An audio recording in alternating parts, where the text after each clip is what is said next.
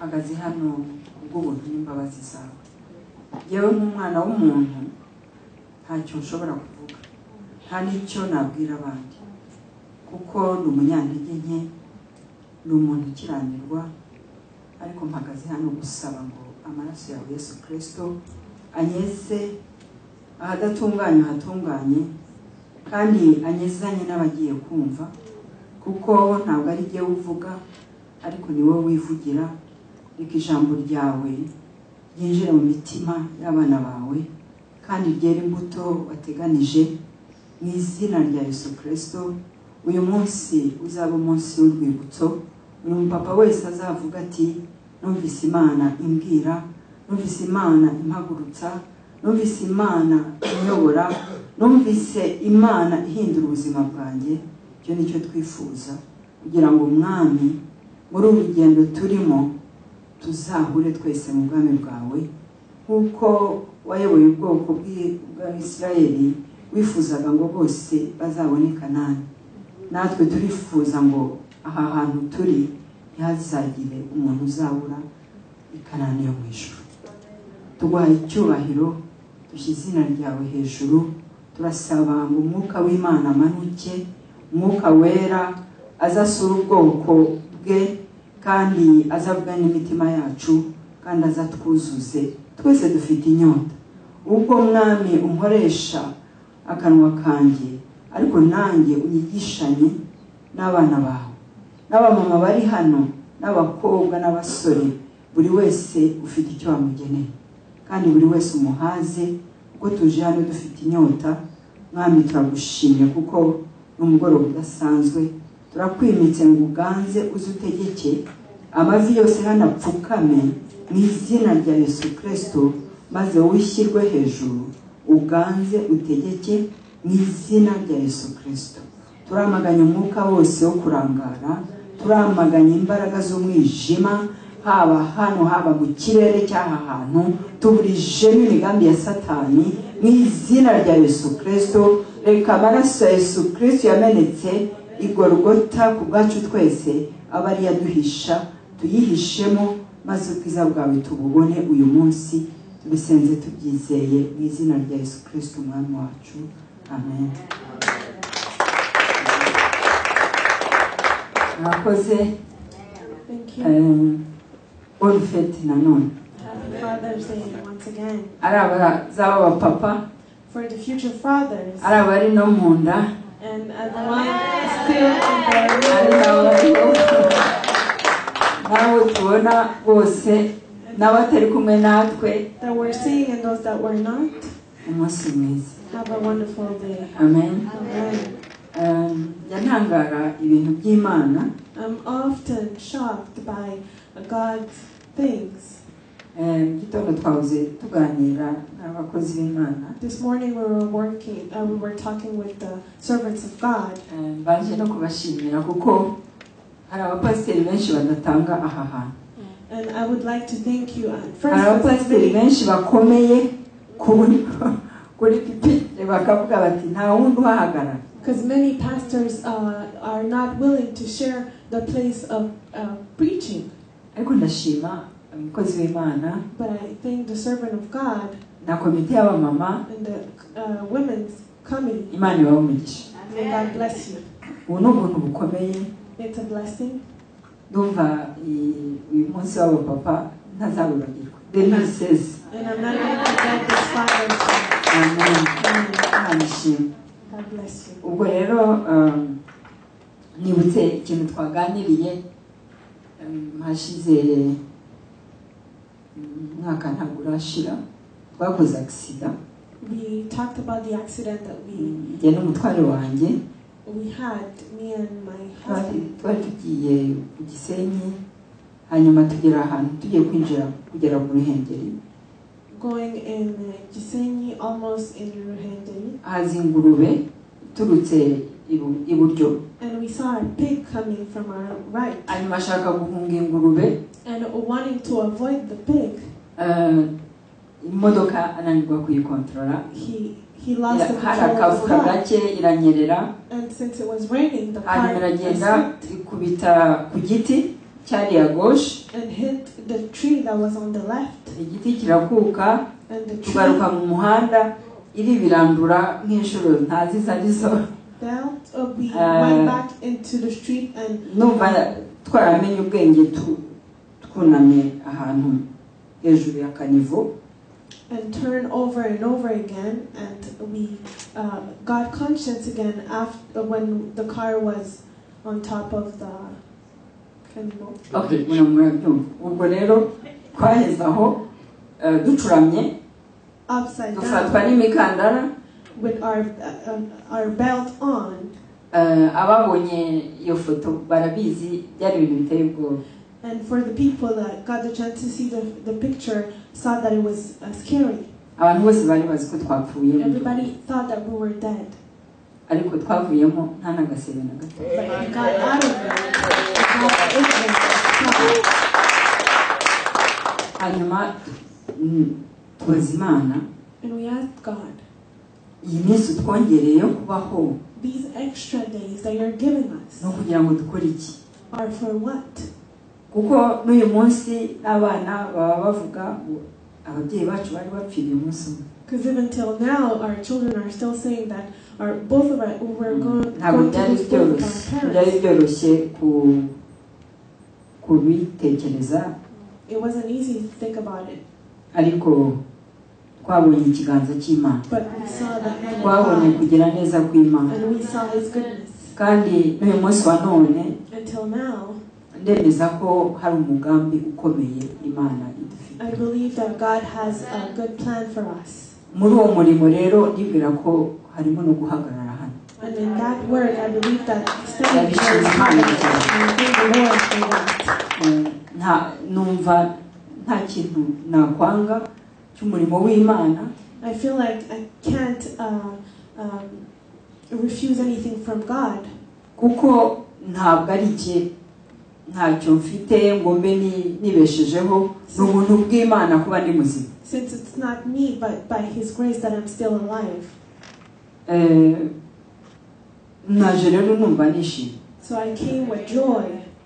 Kandi nkunda kwigisha abapapa. And I love teaching the fathers.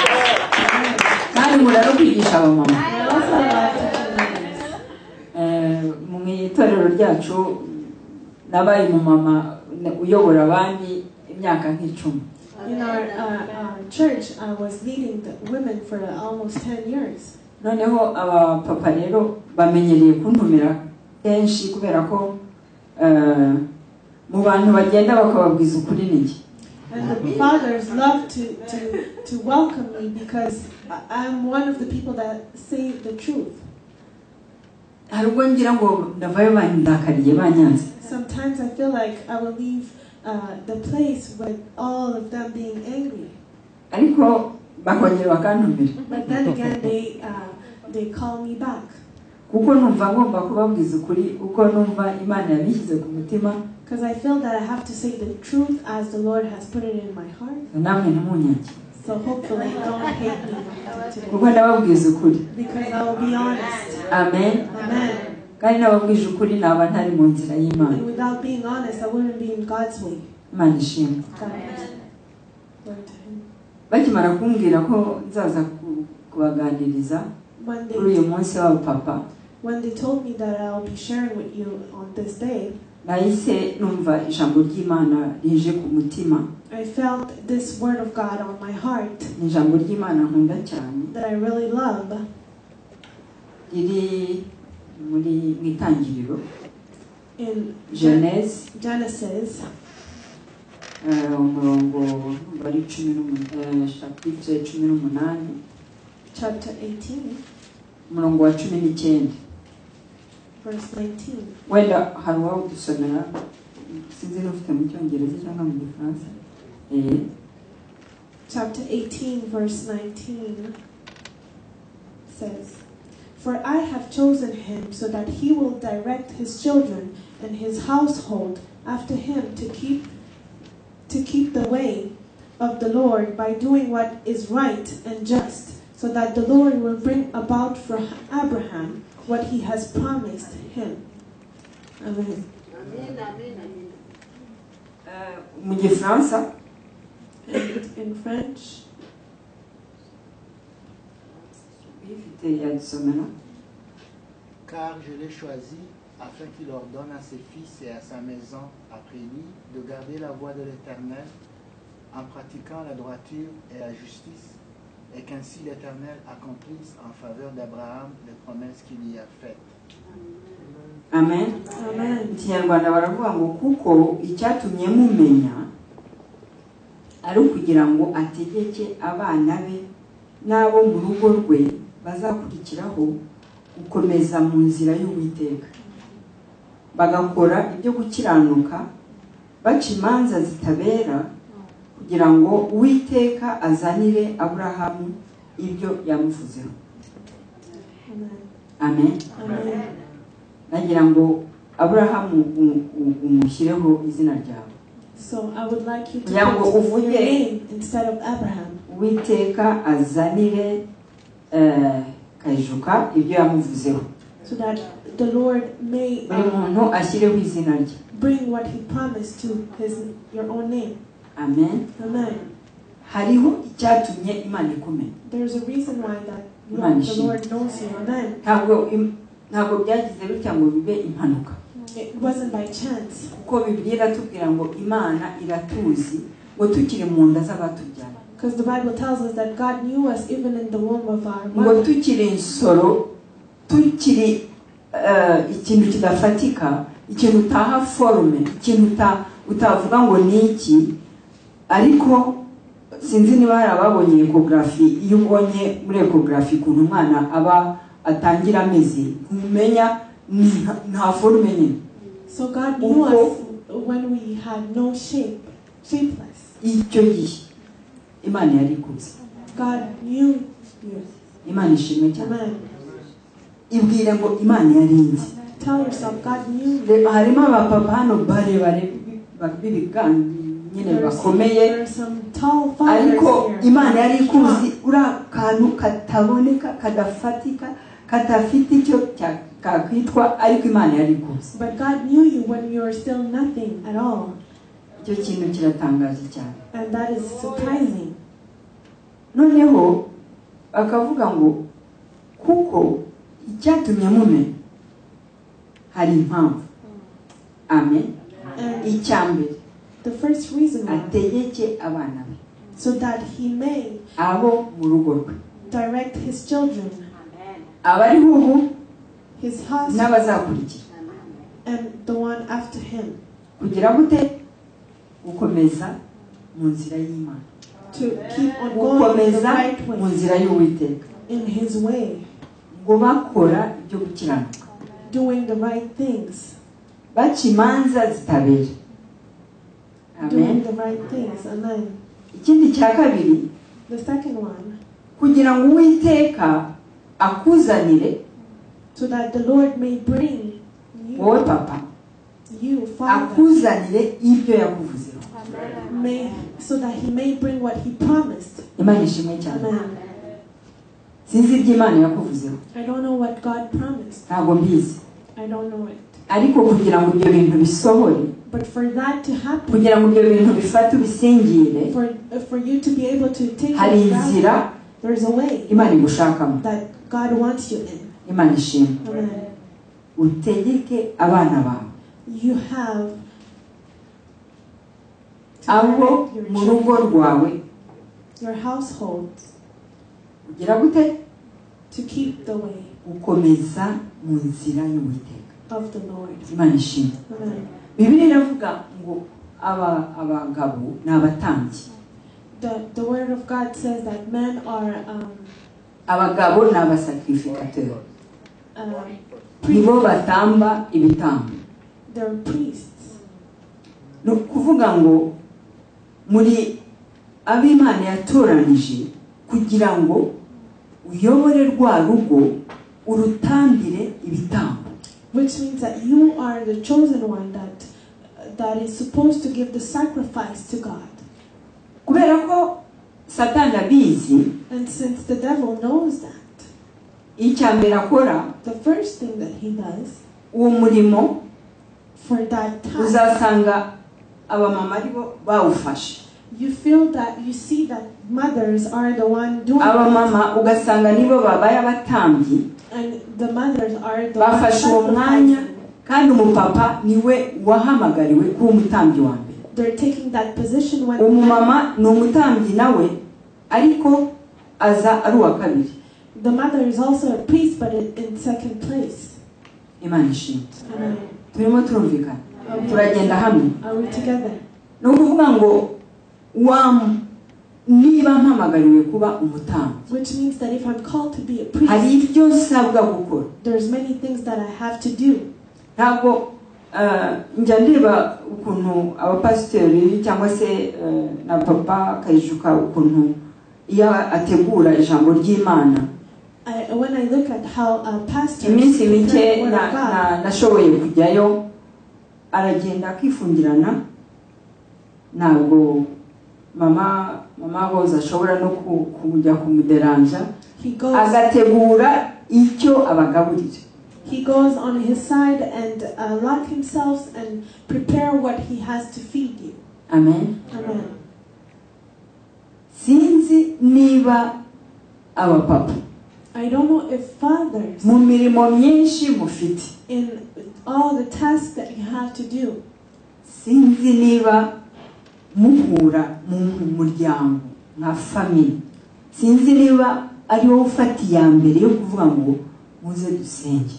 I don't know if you are the first one to say in your family, sinzi niba mugira igihe cyo gusenga mu muryango. let's come so that we can pray. Do you have the time to pray in your family? Niba hari urugero rwiza ushobora guha umwana wawe, If there's an example, a good one that you can give to your child, niba n'umwana yava mu rugo akabikirana, even if your child will decide to be rebel, azibuka ya masengesho mwasenganye. they will remember the prayers that you got together. Igihe kizagera And the day will come, azibuka ngo twarateranaga, akumbure kwa guterana ko mu rugo. and remember how you would gather to pray, and they will miss Iriya ni ryo it. torero rya mbere. That is the first step.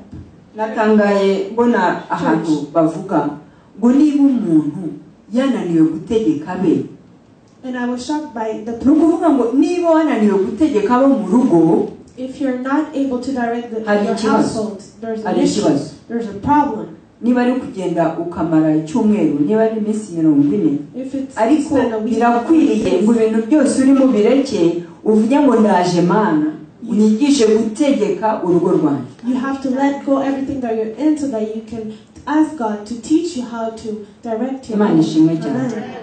Kuko niba udashoboye urugo, Because if you're not able, nukuvuga ngo n'ibindi byakunaniye. it means that all the rest will be impossible for Ntabwo you. umuntu yaba ananiwe gutegeka urugo rurimo abantu bake If, wajye kugira ahandi ategeka. if you're not able to lead your home, you won't lead others. Urugo rwanze no ku kazi biranga. If there's failure at home, at work, it's the same. Iyo uvuye mu rugo bitagenda no ku kazi barakubona bakavuga ngo buriya atonganye n'umugore. If at work, if at home it's not going well, at kuko work, ugenda ubwira abantu bose ubabwira nabi kubera iki? Kuko nta mahoro usize inyuma yawe. at work they will know that you have been in a fight with your wife by the way that you are standing. Imana ishimwe. Okay. Icyo ni icyatumye Imana imenya buri umwe wese, And that is the reason why God knows each one of us, kugira ngo ashobore gutegeka abana be n'abo mu rugo rwe. so that He can direct His households and His children. Icya mbere twabakorera ni ukubatoza inzira y'Imana. And the first thing that we can do is to teach you the way of God. Umuntu wa mbere uzigisha abana gusoma ijambo ry'Imana The first person that has to teach the children to read the Word of God is the father. Buriya abamama barabikora ariko nuko abapapa baba bananiwe. Mothers do it, but that's because the father didn't. Urifuza ko bakwambura umurimo wawe w'ubutambyi? Do you Hari umupapa ubishaka? want them to take your position of a priest? Reka rero So in that case, duha agaciro rino jambo. we should give value to this word. Imana yasanze Aburahamu muzamakuru ye. You know the story of Abraham. Iramusanga iramubwira ngo Aburahamu, ngo ngiye kugufata ahangaha waruri ngusige igihugu cyawe, usige ababyeyi bawe, usige bene wanyu, ujye aho ngiye nzakujyana. I will take you and you will leave your family and everything that comes with it and follow me and go where I will lead you. Aburahamu ntabwo yigeze avuga ngo ariko se uranjyana he, ariko se. Aburahamu yasize ibyo byose abisiga inyuma. He left everything that he had behind without questioning. Sinzi ibyo ufite nawe bigenda bikurura bikakuza kwegera Imana no gukora umurimo wahamagariwe w'Imana. I don't know what's pulling you, that's been blocking you from working for God. Birashoboka ko ari akazi. Probably it's work. Ariko akazi, but what kind of work? Ako kazi utari muzima ntiwagakora. If you're not Udafite imbaraga ntiwagakora. be able to work. Kandi ako kazi, And that same work, Bibiliya iravuga ngo dushake ubwami bw'Imana, the word of God tells us that to seek for his kingdom, ibindi byose bizakurikira. and the rest will follow. Ntabwo ndabona umuntu wakoreye Imana ukorwa n'isoni. I've never seen somebody that's been working for God that's been put to shame. Kandi ntabwo ari ukwishyira hejuru, And it's not about having pride. ariko njya ndeba nkasanga nta muntu uri bize nk'uko meze. But I've never seen somebody as busy. Nzi ko abamama bose bari bize kuko baba bafite ibintu byinshi mu rugo, akazi, ariko mu bintu by'ubuganga ntabwo ari ibintu byoroshye. I know that all the mothers are busy because they have many things to do. Ngenda ku kazi nkagerayo nkahagarara nkazageza saa 12 saa moya mpagaze. But being a doctor is not easy because I go to work and I stand the whole time. Nabyo ndabishima Imana. And for that also I thank the Lord. Kandi ntabwo ari akazi ko kwicara ngo uragira, ni akazi k'imbaraga. It's a job that requires strength. Nagera mu rugo naba nkihageze bakampamagara. And when I get home, just getting home, they call me back. Ati umwana waguye. Saying somebody felt. Umwana wacitse ururimi. Somebody lost their tongue. Hari umuntu waguye kuri moto. Someone felt on a motorcycle. Nkasubirayo nkaba nagenda nkamara amasaha ne spent nkorera 4 years. 4 hours. Ariko babyusa saa 8. Sometimes they wake me up at 2 in the morning. Ariko But nta na rimwe isaha ya saa 11 mu gitondo tubura kujya gushaka Imana. But every day at 5 a.m. I have to seek God. Uko byamera kose. No matter how it is. Kubera ko iyo saha mbyuka na hano iyo saha iragera nkabyuka. Since I wake up all the time at that time, every day at that Imana yamaze kumenya ko uri muyishaka, uyishakana umwete. When God knows that you're seeking everything that you have, He gives you the strength. Kandi ibyo ukora ibyo ntabwo biba bifuza. And what you're doing is not failing. Ndasaba rero abatambyi bacu bari hano, so I'm asking all our priests bagira ubuntu bwo kumvira ijambo, to listen to this word, muhaguruke mu abatambyi buzuye, and be real. Nuko Abrahamu yahagurutse, like Abraham stood wagasiga byose, and left everything. Asiga iby'iwabo, asiga bene wabo, asiga. Gusiga ntabwo ari ukuvuga ngo ureke bene wanyu, ureke umuryango cyangwa ureke iki, ariko ni ukuvuga ngo aba bantu ntibakubere umutwaro cyangwa se ngo bakubere inzitizi mu buryo ugiye gukorera Imana. To leave everything behind doesn't mean to let go your family, but it means to accept that they won't be a burden for you. Iyo wamaze kurangiza iby'Imana, when you're done with God's word, wamaze kubikora, igikurikiraho nuko Imana ikuyobora, ikakwereka za gahunda zidufite uburyo tugiye kuzikora. Is for God to show you the way and how. Kibazo nuko wowe ushaka kubijyamo ubikore mu buhanga bwawe kandi ntubifitiye ubushobozi. But the issue is that you want to do it with your own way. Ariko iyo uvuze ngo umunsi wanjye ndawutangiye muhaye banje kuza gutanga igitambo cya mu gitondo, none ibikurikiyeho Imana irabifata ikabikora. But when you say this day I'm giving the first sacrifice to God and the rest God will do it. Imana ishimwe cyane. Glory to God. Imana yabwiye Abraham And God told Abraham, ngo je suis le Dieu tout puissant. I am the Almighty God. Marche devant ma face Walk in front of my face et sois intègre. and be right. J'établirai mon alliance entre moi et toi.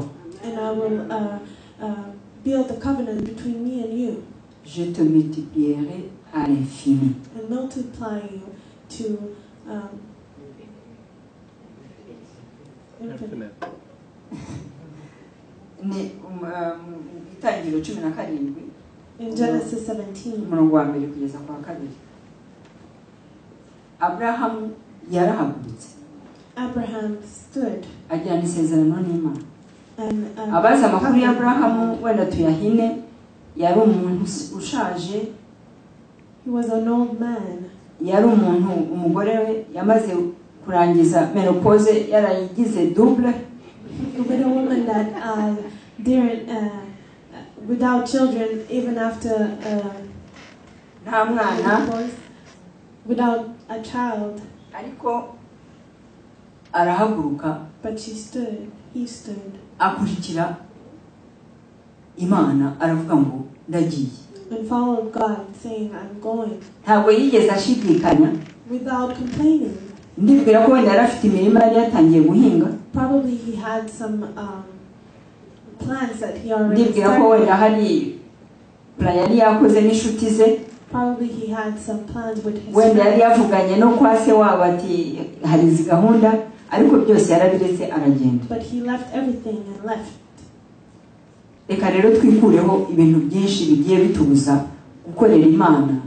So let's all put aside all those things that are blocking us from working for God, Kugira ngo Imana ituyobore uko dukwiye kuyikorera. so that God can show us Umenye aho Imana igushaka, the way that we should work for Him, and that you may know where God wants you at, kugira ngo uhagarare neza uko Imana ibyifuza. so that you can stand the way that God wants you to stand.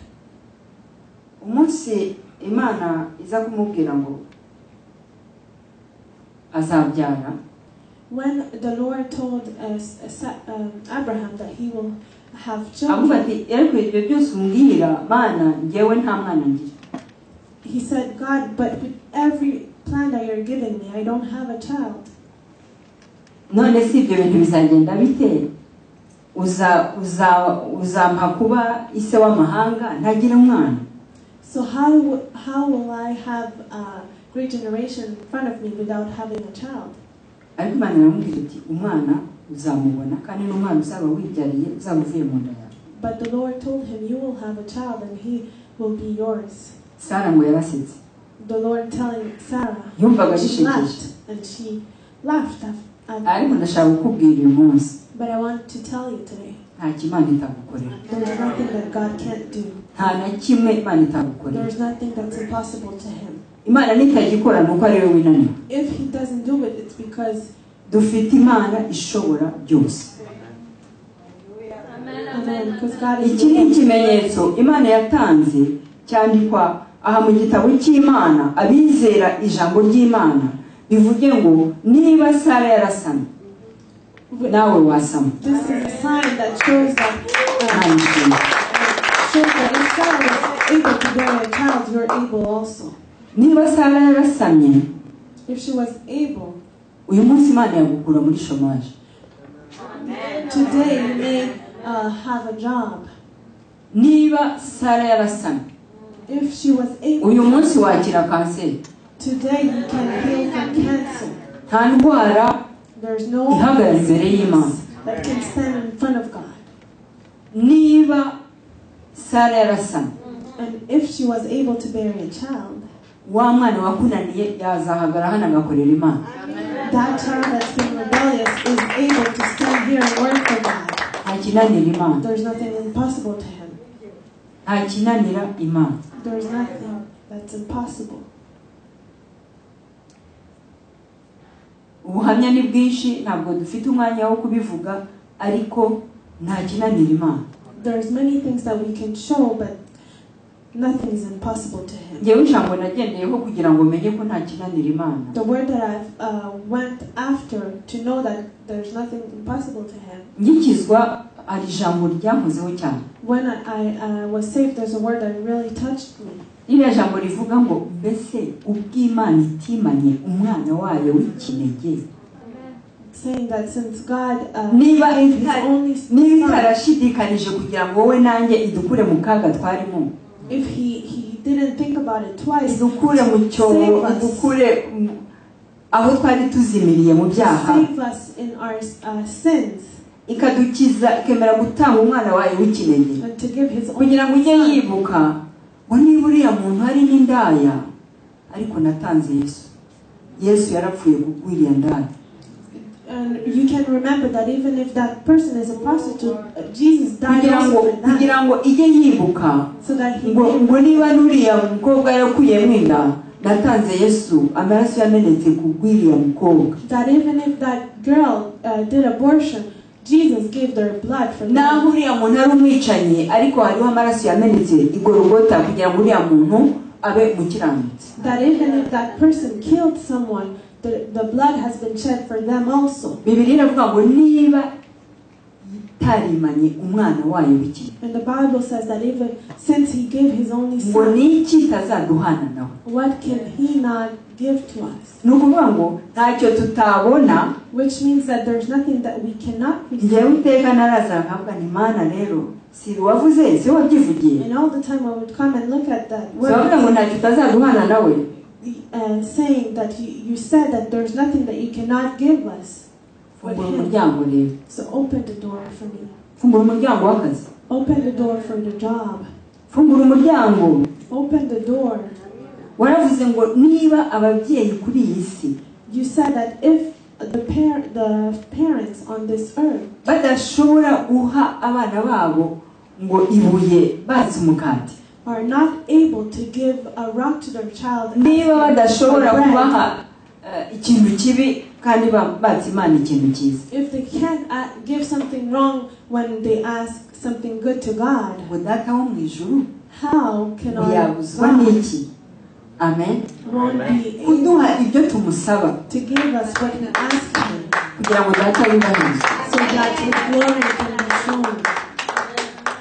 Ariko hari ijambo ryongeyeho But there's an extra ngo mbese word, powerful word. umunsi azagaruka But the day that he will come, ngo azasanga ukwizera kukiri mu mitima yacu. will he still find faith in our hearts? Umuntu wese yibaza, Think about that. umuntu wese atekereze. Wonder.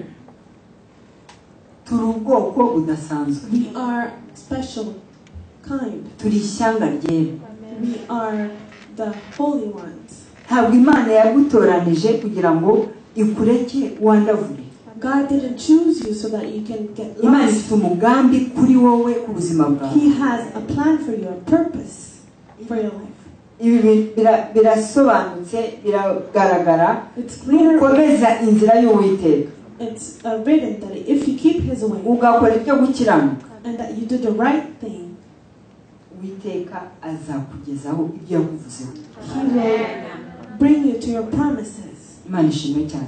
Amen. Uyu munsi ndabivuze, ndabishimangiye, Uwiteka azabikugezaho kuri uyu munsi w'aba papa. Buri muntu wese amenye ngo ibyo yakuvuzeho azabisohoza. Uyu munsi nawe uzahaguruka avuga ngo ndomatana n'Uwiteka. He will bring you to your promises if you follow his way. Imana ishimwe cyane. Ntabwo nzi iminota mfite, kuko umuntu yahagaze hano ararondogora.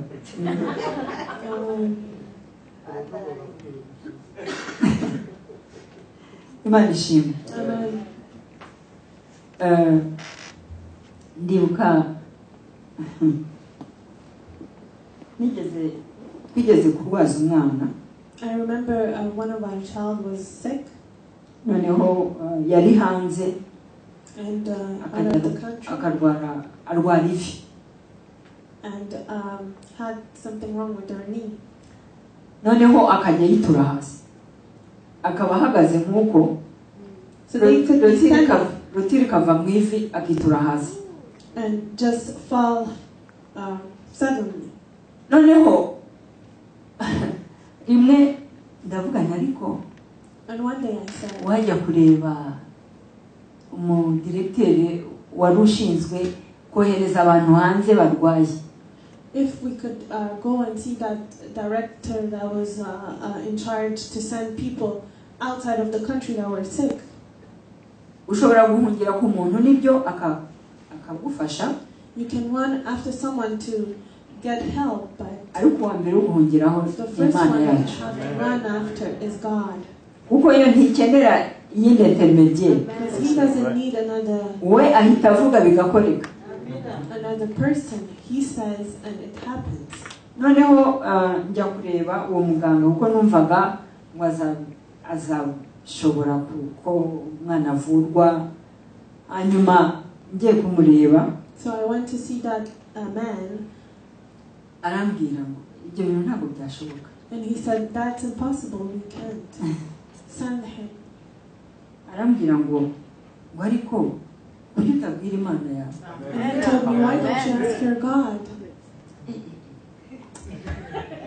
Baranyishe. And that really hurt me. Ndavuga ariko buriya nagiye ushaka. And I said, why did I even bother? Ndababara. And it hurt me. Ariko ngeze aho ndavuga ni buriya I said, ni Imana yamuvugiyemo. it's the Lord that was talking through him. Ndavuga ngiye gusenga. So I prayed. Urumva umuntu w'umupagani asuzugura. Ngiye gusenga. How can a non-believer disrespect me? Ndahambira umutware wanjye nababaye ko. And I told that to my husband, really sad about it. Dufata igihe cyo gusenga. So we took the time to pray. Turasenga dusengera We umwana. pray for our child. Bwira abamama bose nkababwira ni musenge. And I told all the mothers to pray and to pray. Hanyuma rimwe papa we yagiye kumusura. And when his father Bari went mu to bukwe visit, bari mu bukwe bw'umupasiteri. they were in the wedding of a pastor. Birongera. It happened again. Aragwa. He felt, or she. Irindi veri irafatwa. And then the second knee also got hurt. Nujya ubona ibintu byawe birimo bikomera. When you see that your things are getting even worse, Bivuga ngo igisubizo kiraje. it means that the answer is soon. Ntugacike intege. Don't get discouraged, Kuko birushaho kuba bibi because it get worse, kugira ngo nawe urusheho kwegera Imana. so that you can get closer to God Kandi urusheho kuyizera. and that you can trust Him even more. Ndibuka ko uwo munsi yarampamagaye yari saa 8 z'ijoro bamujyanye bahamagaye ambulance bamujyanye mu bitaro. And I remember that day they called me at 2 a.m. Hanyuma kuwa to gatatu the doctor. ngiye gusenga. And on Wednesday when I went to Mama pray, twari dufite we amasengesho. have a group Bari meeting. baziyoka barababaye bari bazi ko ari umwana w'Imana ukorera Imana bakavuga ati ni They were iki. sad about it and wondering, it's a child of God and what's happening. Ariko nibuka naragiye ndababwira And I went to uko tell them bimeze uko byagenze. what happened. Ndababwira ariko mbabwire batangira kwimyoza abandi bakarira ndavuga Some were ntimurire crying, and I said, don't cry, ntimurire. don't. Satani aragira ngo turihebe. The devil wants us to get Twebwe discouraged. tugiye kurekera amagerizo. We are going to ask for healing. Abaganga bari bavuze ngo nibamubaga bashobora kuba n'ikimuga. Because the doctor said that if they will, Abaganga bafite aho bagarukiriza nawe twebwe nanjye ndiwe ariko hari ibitunanira. that if the doctor would do something, it could get even worse. Noneho turahaguruka So we stood tujya ku rugamba. and went on the front line, Turavuga ngo Satani we ntabwo uzaduca intege. saying that the devil won't discourage us. Uyu mwana azakira. That child will heal. Turarekera amagerizo. And we ask for that healing. Mu by'ukuri wabyumvaga aravuga ati aba ni abasazi mu mutwe ntabwo bameze neza. And for the people that were hearing that could think that we were crazy. Hashize nk'ukwezi And after a month, umwana arantelefona. the child called me. Yari amaze hafi imyaka ingahe atashobora kuzamuka amayesikariye. And they spent many years without being able to climb stairs. Arambwira ati uzi ko nazamutse amayesikariye. And then he told me, do you know that I was able to go up the stairs? ndavuga nari mbizi I said I knew that. ariko nihagazeho I was pretty sure of myself. kwihagararaho gusa ariko ejo bundi bariho bambaza gusa amavi byagenze bite ndavuga amavi niti ubu ni umudamu afite abana nta nibwo iby'amavi twanabyibagiwe ariko ndashima Imana cyane. Forgot about his knees. nta kimana itakora There's nothing that's impossible for God. There's nothing. nta imana itagukura nta bitakugeza There is no place that God can bring tuyizere you. So just tuyizere believe Him. Just trust ntabwo Him. ijya ikoze isoni Because He won't Yesu put ni you to muzima. shame. Christ is alive. Imana ishimwe. Glory to God. Amen. Amen. ndibuka nahise ntekereza ukuntu Imana ibyo yakoreye Yosefu. And I remember what God did for Joseph. murabizi Yosefu mu by'ukuri baramufashe bene wabo baramugurisha baravuga ngo ise aramukundaga ariko bakamwita Karosi akavuga ngo arabona ari umuntu uri hejuru yabo bategeka baramufata baramugurisha mu magambo make bamujyana kwa Potifari muri Egiputa aragenda. Joseph was sold by his brother because of their jealousy. yarazi ko ibintu bye n'ibyo yarose amaze kugurishwa ari umunyagano bashatse kumwica ntibyashoboka ariko yarazi ko ibyo birangiye. He thought that his life was over when he was a slave in Egypt. ushobora kuba nawe uri mu gihe uvuga uti ibintu birarangiye na bya Imana yavuze banza ntawabyize. So you might be at the point that you think that even what the Lord has promised for you is impossible.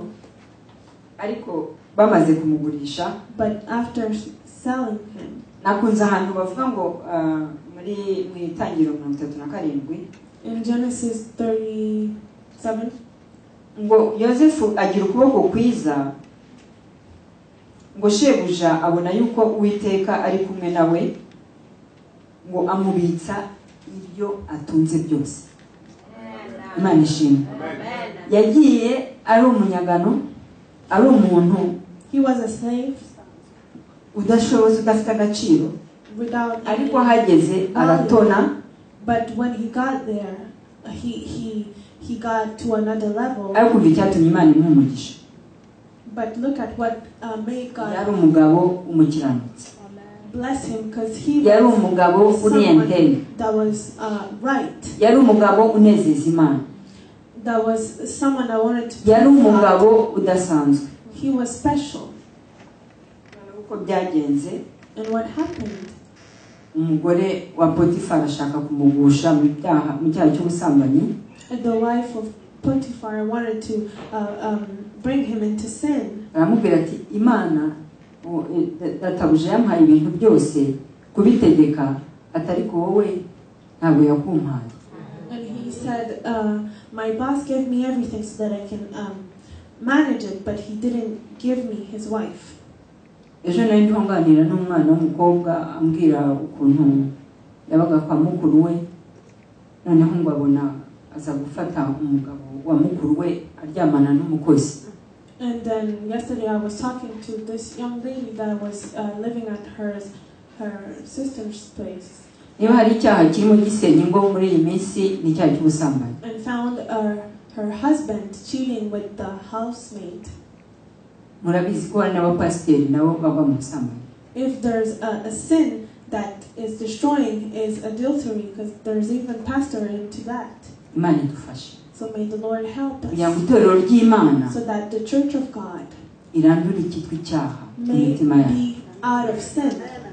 Amen. Amen. ntihakagire urugo rw'umukozi w'Imana cyangwa se umuntu w'Imana So that rusenyuka kubera ibyaha nk'ibyo ngibyo. a house, a home that gets destroyed because of those sins. ubwo bamushyize muri prison arafungwa. He was in jail for many days, ariko yari inzira y'Imana kugira ngo imuzamure. but that was the way uko of God byagenze to bring him higher. yaje You know what kuvamo happened? nanone kubera kuvuga indoto And he got out of it because of saying Hanyuma his dream, Imana iramuzamura. and God Imana ishimwe cyane. brought him to another level. Amen. mu by'ukuri ingero ni nyinshi, natanga ingero nyinshi. I could give many examples z'abantu bubashye Imana ikabazamura. Of people that obey to God and that kandi ntibivuze ko batahuye n'ibibazo. That have been blessed to God. Bagendaga banyura mu bibazo ariko bakabinyuramo bizeye Imana kandi bubashye Imana bazi neza ko hari igihe Imana izigaragaza. But it doesn't mean that they didn't go through trials, they went through it, but with faith. Niko byagendeye na Daniel. That it's the same thing for Daniel also. Niko byagenze. Umwami yageze aho atanga ubuhamya arabyivugira. To the point that the king testified about him. Imana ishimwe cyane. Glory to God. Hano muri mu gihugu we are in a country. Sinzi uko nabivuga, igihugu usanga ari umugabo ari umugore bose bagomba gukora kugira ngo amahoro abe mu rugo, sibyo? Where either man or women have to work so that both can have peace at home. Simvuga gukora gusa gukora akazi ko kubona amafaranga. I'm not talking about working for financial. Ariko ndavuga uburyo bwo gufatanya imirimo yo mu rugo. The way of sharing home, the tasks that we have to do at home. Amen. Amen. Twebwe muri Afrika turacyafite uko dufite abakozi turacyameze neza niko nabyita. But us in Africa we're still good.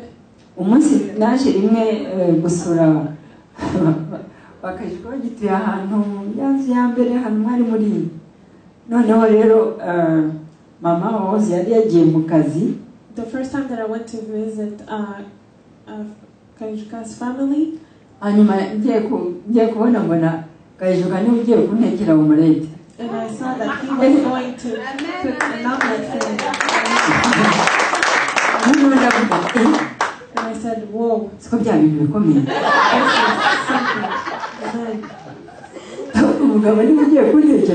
So he's going to cook for me a breakfast. But I was happy about that.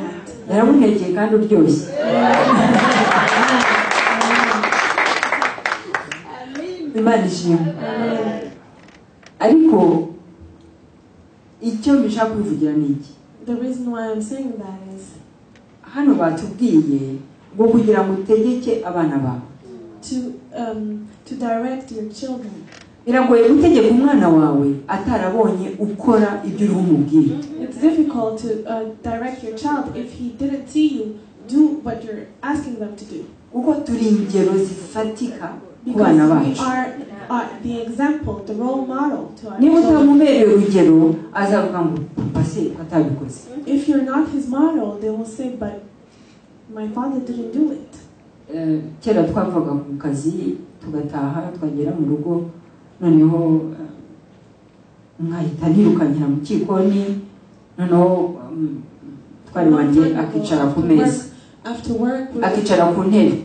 We would come both from work and I would rush into the kitchen and he would sit.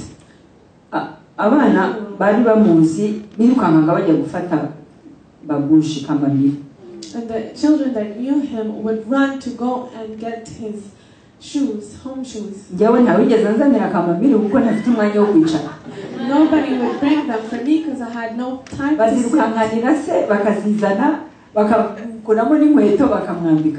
They would run and even take off his shoes and give him the other ones. And once one of our child looked at him and looked at all that process and said,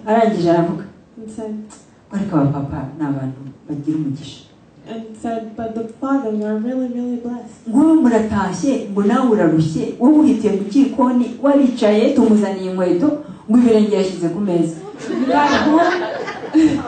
got home, you're tired, you go in the kitchen, but he puts his feet on the table.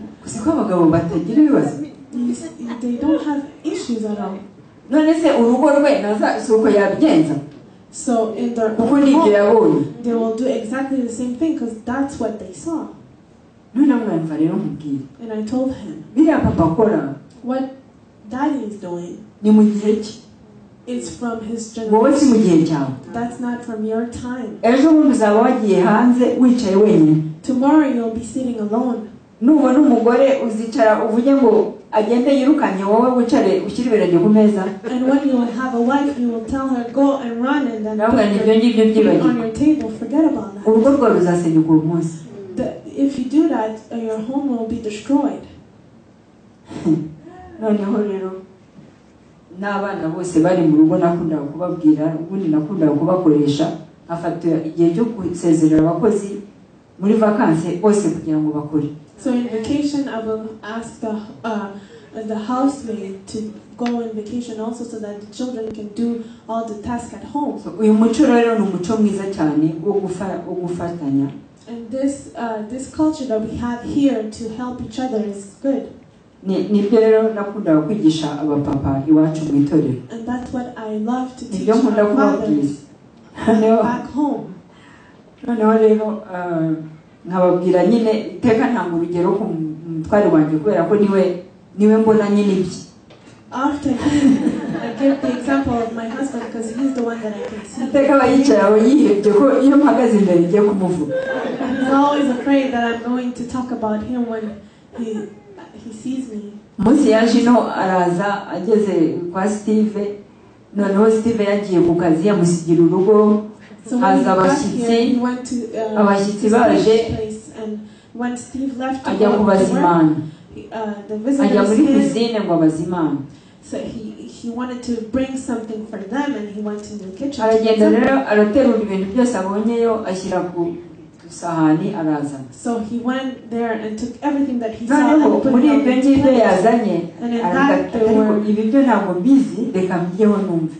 he said, this I don't know about, let me taste it first and see. Akubiseho iryinyo nyuma iryinyo rigiye kuvamo. And when he did it, it was really hard that he could break his teeth. Kumbi yateruye makaroni.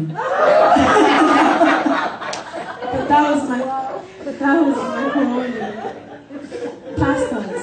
Utu tumakaroni duto dufite utubara yumva ko ari abisirayeli yazanye. So he brought. Abantu baravuga ati abantu bo mu Rwanda se makaroni mbese. So he brought pastas, thinking that it was like a snack to give them, but it wasn't cooked. Navuze muri eglise barapfa. When I said that, they laughed. Arambwira ati ngeze neza akabibona. I have never seen that. Noneho Steve arantelefona. And Steve Avuye ku kazi asanga biraho muri salo. Aravuga ati mbere cyane. saying, what are those macaroni doing in the living room? No, arantelefona ati mama. Nukuvuga ko papa ntazi makaroni. Ntabwo mwigeze He mwumvira. doesn't know what macaronis are. He's never seen them. Yabaye ikiganiro. And that was Bigaragare ngo conversation, which shows that nubwo turi muri Afurika even if we tukaba are dufite in abakozi, Africa, we have ariko hari many, igihe tutazaba tubafite. but one day we won't have them. Ariko n'abana bacu bo bazajya muri ibi bihugu. But Bo our ntabwo children bazakurikiza uwo muco babonye. won't follow. Niyo barabonye rero ako kazi utabatoza ngo bigishe bazagera mu ngo zabo bizabananira. So if you don't teach them those manners, it will be hard for them Dufite to apply it in inshingano. their home. So we have Dufite inshingano, hari igihe cyo gutetesha umwana, cyo kumubwira ndagukunda, ariko hari igihe cyo kumutoza akazi. there's a time to cherish Kuko them. nabyo There's biri muri also a za time nshingano. to teach them Gutegeka how to work, abana bacu, because it's in your responsibility to kubatoza direct icyo your bakwiye children. gukora, agakora yumva ko agomba gukora, agomba nawe kugira icyo amara mu rugo. To work and to know that they have to do something at home. Imana ishimwe. Glory to God. Amen. Narahuye n'umuntu hariya Mariya ambwira ukuntu hari amakupure y'abantu b'Imana bari mu nzu y'Imana bagiye gutandukana. I met someone in Montreal that told me that there was a couple that was going to divorce Kubera iki? Kubera ko umugabo because the ntashaka husband kugira icyo akora. didn't want to do anything. Byose ashaka ko umugore ari we ubikora. He wanted the wife to do everything. Ni ibintu bitoroshye. Doors are ntabwo warekera undi ngo kora ibintu byose wowe wicare gusa. You can't let everything to the wife. Kubera ibyo ni ngombwa ko twigisha abana bacu kugira ngo bamenye ko niba bashaka kubaka ingo zabo hari ibyo bagomba kwigisha abana. Kandi ntushobora kwigisha umwana utamutoje. We have to teach our children and they have to practice it. If you lie, azabeshya. They will lie. Ubu haje telefone. Now they have phones. Telefone abantu barabeshya bitaba. On phones people lie. Ara telefone uko avugana n'umuntu utamureba aho ari. Since you're talking to someone that you're not looking at. Wenda ari Montreal. Maybe you're in Montreal. Akamubwira ati ndi muri eglise kwa Pastor Kaju. I'm at church. But they say that I'm at church, even if they're Christians. Ari umuntu twari dufitanye gahunda noneho ngeze Nyamirambo ndamubwira nti mbabarire ndakererwa ni kuko nagize ikibazo. Arambwira ngo nanjye ngo nakererewe ngo imvurira gwa hano nyinshi cyane. Kandi nari Nyamirambo. Kandi niho yarari. Ati imvurira gwa nyinshi cyane. Nihe namuzuru hari. Atoya atiragwa nyinshi ntabwo umuntu yasohoka. So I was late one day in an appointment and I was talking on the phone with the person and they told me that they were going to be late also because of the rain that was there. So even if we use those phones, sometimes we lie when it's not useful. Until the day that they will show where you are truly. Glory to God. Narondogoye murambabarira ariko nabajije amasaha ko mutayambwiye. Eka turangize dufite modele yacu ni Yesu. A motto, and our motto is Christ. Mureke duse nawe muri byose. So let's look like him in everything. Yaduhaye umwuka wera. He gave us his Holy Spirit. Ntabwo umuntu yakiranuka muri byose. And we can't be perfect in everything. Ariko ikiza cy'umwuka wera. But the good thing about the Holy Spirit is that he wakes us up and shows us what's wrong about us. Nibura ugahora wiyeza. And you can keep on ugahora wiyeza. Asking for forgiveness and Imana idufashe kugira ngo tugire umutima wihana. So may the Lord help us so that we can keep asking for forgiveness. Ngiye kubasigira amagambo muyandike muze kuyasoma. So I want to leave you these words if you can write them.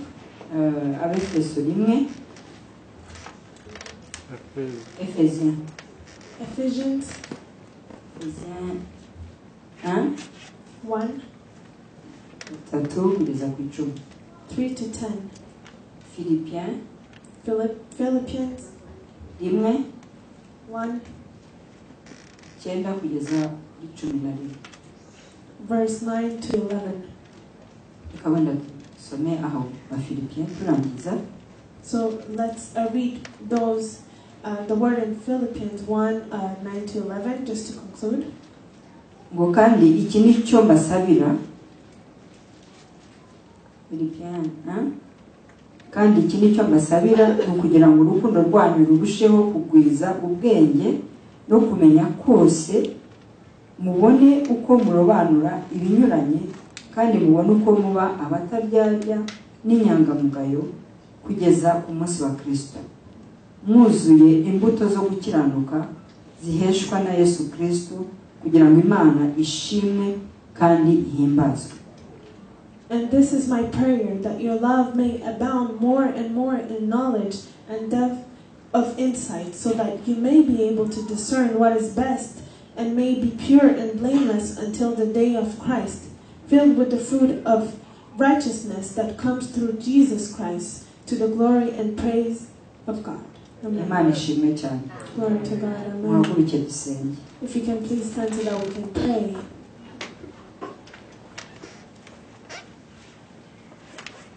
Mana data, izina rya Yesu Kristo, duhagaze hano dushima izina ryawe, tuzamuye icyubahiro cyawe. Uyu ni umugoroba duhaye kugira ngo tuganire, tuganire n'abapapa ariko natwe twibwira mwami inshingano buri wese arazizi cyahamagariwe. Ndasenga ngo abapapa bamaze kumvira ijambo ubavane mu bwiza ubashyire mu bundi bwiza, ubigishe kurusha uko njyewe nagira icyo mvuga, kandi Mwuka Wera akomeza abaganirize bamenye ikirenzeho cyo kugira ngo bakomeze guhesha izina ryawe icyubahiro. Bashoboze gutoza abana babo ibyiza, ibyo ubugingo ariko n'ibisanzwe by'ubu buzima, kugira ngo bazajye baba intangarugero. Urakoze kwa mama b'iri torero, nabo ubashoboze kuba abafasha beza, abafasha bubaha, abafasha baganduka, abafasha baciye bugufi. Ndasengera abana b'iri torero mwami, baba abana bumvira, baba abana bahesha izina ryawe ishema, baba abana barushaho gushaka Imana, baba abana batinya icyaha. Twese hamwe tuzamuye icyubahiro cyawe muri uyu mugoroba, kandi tuvuga ngo ubwiza bwawe bukomeze buturabagiranire, kugira ngo dukomeze kugenda dukunezeza nk'uko Dawidi yakunezezaga. Wari afite umutima ukunezeza, ariko natwe ubidukorera. Uhabwe icyubahiro, ushyirwe hejuru, bisenze mu izina ry'Umwami wacu Yesu Kristo.